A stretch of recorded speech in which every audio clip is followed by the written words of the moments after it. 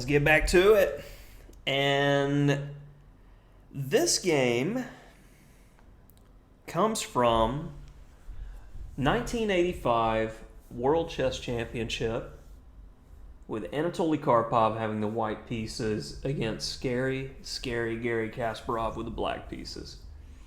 And why he's so scary is the man was devastating in World Championship matches. When I think about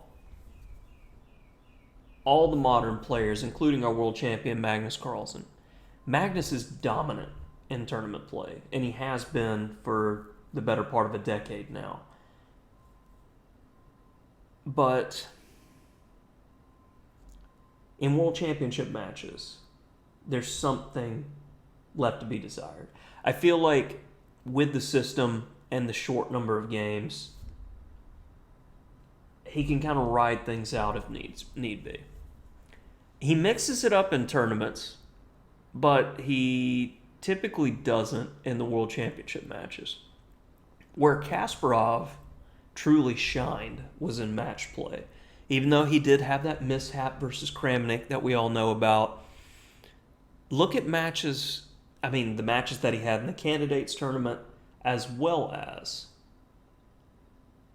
specifically like his World Championship match with Nigel Short. He would thrash people in matches.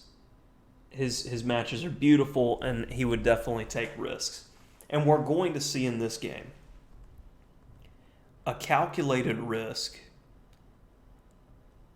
And Karpov went for Maroczy bind, very controlling, which is in his style and nature, a line that he was known to play. And I've had this position before with black myself, and Karpov would be right at home in a standard Maroczy bind position, and he's well known to play these back when he was an E4 player. But this move shows excellent psychological preparation, and I think it's just fantastic. It's what makes this game so good. D5. And you go, well, isn't this move bad? Doesn't it just give a pawn? Well, it's the thing. Compare the two players, their style, the way they interpret positions in chess. On one hand, you've got Karpov, who's the boa constrictor. He'll squeeze you to death. He wants to control everything. And you have the creative, attacking, aggressive Kasparov on the other end. And with this pawn sacrifice, he changes the nature of the game to, for this pawn, I get to attack. I get to have dynamic play. I get to play the game that I play best. And it's an absolutely wonderful decision, as Karpov was ill-prepared for the consequences of this variation. Now, upon some analysis, I feel like this was the key moment for Karpov, that if he knew the theory here, bishop e3, which is counterintuitive, is the best way to go, because it looks like we're just messing up our structure, but we have queen a4 check, followed by taking on b4, and we've reached a position that would definitely be more to Karpov's style, especially with the queens coming off the board. But in the main game, castled kingside was played. We're going to tuck our nugget away as well. And white's just holding on to everything, lagging behind in development. For the pawn, black's got to keep the initiative. He's got to keep pressing. b5, so if our knight moves, we're threatening b4. So this is a good point to ask, what would you do with black here and why? All right, hopefully you followed up on that b5 hint that I gave you, and you played knight d3. It weakens the d-pawn, as well as giving that threat of b4. So white's going to need to deal with that. And it's an open position, so we'd love to have the bishop pair. So h6, given a tickle. And We don't necessarily want to play g5 as that could weaken the structure around our king, but we need to keep the ball rolling. We have to keep the attack going. b4.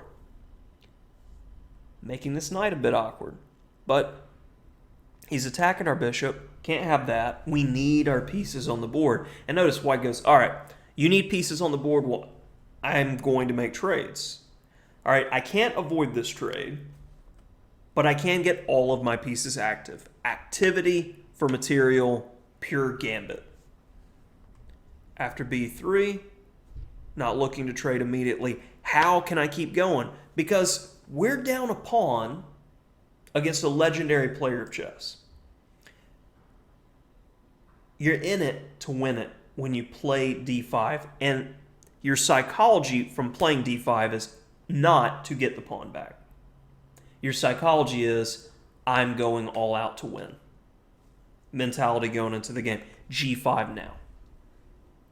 Takes, g3. Now, we need to keep the attack going. I know, broken record, but you must. What do you do with black? Right, hopefully you took time to pause and see that white's knights are out in left field trying to catch butterflies. Our bishop and our knight on d3 are excellently placed. Our queen's excellently placed. Our rooks on e8 and c8 on the open files. They can't be better. They're designed to be on open files. But our knight on f6 can be improved, and he should be. Knight d7. After bishop g2, avoiding some tempo loss. Queen f6. Eyeing key squares. After a3, we don't want to let the knight out. Queen a2. Keeping an eye on that f2 square with our queen and the knight on d3. d6, just trying to get some breathing room, but we're not going to have it. It's about the attack. How do you press the attack? I believe you found g4. We're in no hurry. Now queen takes d6 because of the threat of our queen being harassed as the rook on the f file gets into the game. But now after queen d4 check, knight f6, looking for our other knight to come around to be devastating. Got to defend against that. We're going to come from a different route. Knight e4. Black to play. Tactics. Hopefully you found knight f2 check, followed by bishop takes d3. Now, how can we keep it going? Queen e3, threatening the back rank nastiness. What do? This is going to wrap it up. I think we've got less than 6 moves left in the game. Black to play and win. Rook c1. The queen is immune to capture because it just everything is hanging. We can even take here, the knight, the bishop. It's just over. So knight b2 is played to try to hold it together. But queen f2, threatening. Rook e1. And after knight d2 takes, rook e1 with utter devastation. So white resign.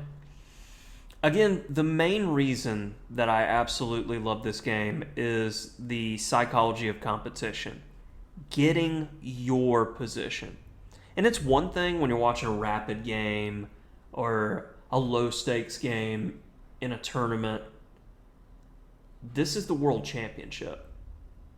And when you're willing to risk it all and play this type of chess in a World Championship, I haven't seen that since Kasparov was world champion. And I want to see it again. That is how Magnus, in my mind, will become the absolute best player. He is the boss. But still, to me, Garry Kasparov is the number one chess player of all time, regardless of ratings, sin upon loss, all that kind of stuff. Yeah. These decisions, like he made in this game, in a world championship, that's what makes him scary.